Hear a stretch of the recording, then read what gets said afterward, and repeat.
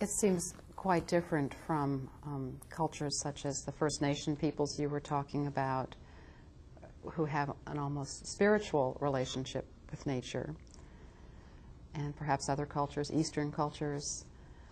Have you done much work in other parts of the world with people? Have you personally experienced these other attitudes toward nature?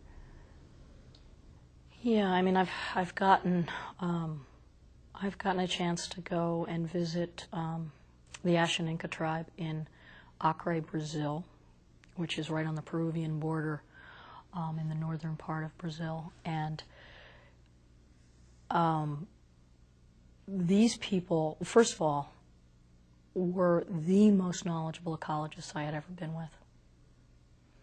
I mean, it was an amazing event to walk with these people and have them point out to me not just the names of the organisms, the parts of the system, but they would point to an organism and say, this organism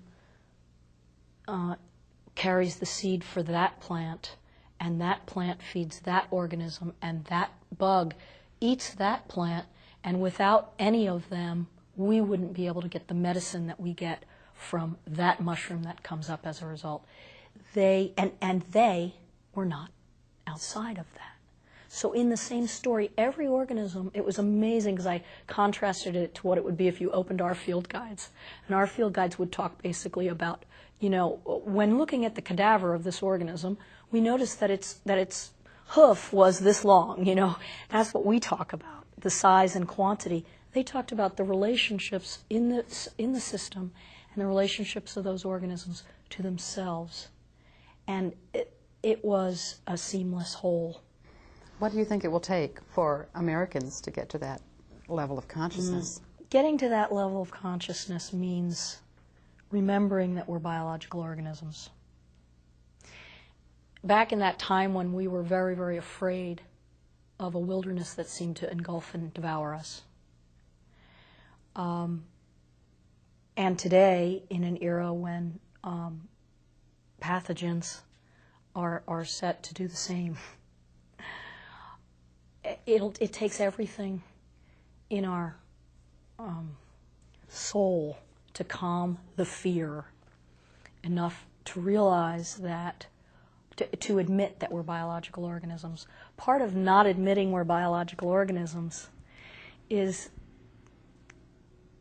the fact that as biological organisms, we have to admit that we're vulnerable to pathogens. We are vulnerable to everything in our environment that might harm us. If we can calm that fear, realize we're biological organisms, then we can begin to listen to the lessons that our cells are telling us. When I drink this water, and it's chlorinated and it's from the Boston system, and I drink it, and it tastes funny, I have forgotten. A person who has never had chlorinated water would drink it and spit it out because they would say to themselves, there's something wrong here. Their cells would be telling them, this is wrong. And they would feel biologically vulnerable.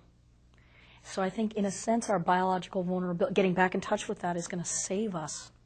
So you see our attitude toward nature as fear-based, driven by fear in many ways. Absolutely. Absolutely. I mean, everything around us that we've built around us is to calm that fear. And this denial, this deep, deep denial that we have that makes us keep drinking the chlorinated water without saying anything, that, I think, has become, whereas at one time it might have helped us survive. Imagine that you're in a cave and you have to go out in the morning and face the saber-toothed tiger. Denial that you're going to die today might have helped you get out that door. Now, denial about the fact that we're swimming in toxins is maladaptive. It would do us good, I think, to be able to be afraid of the right things.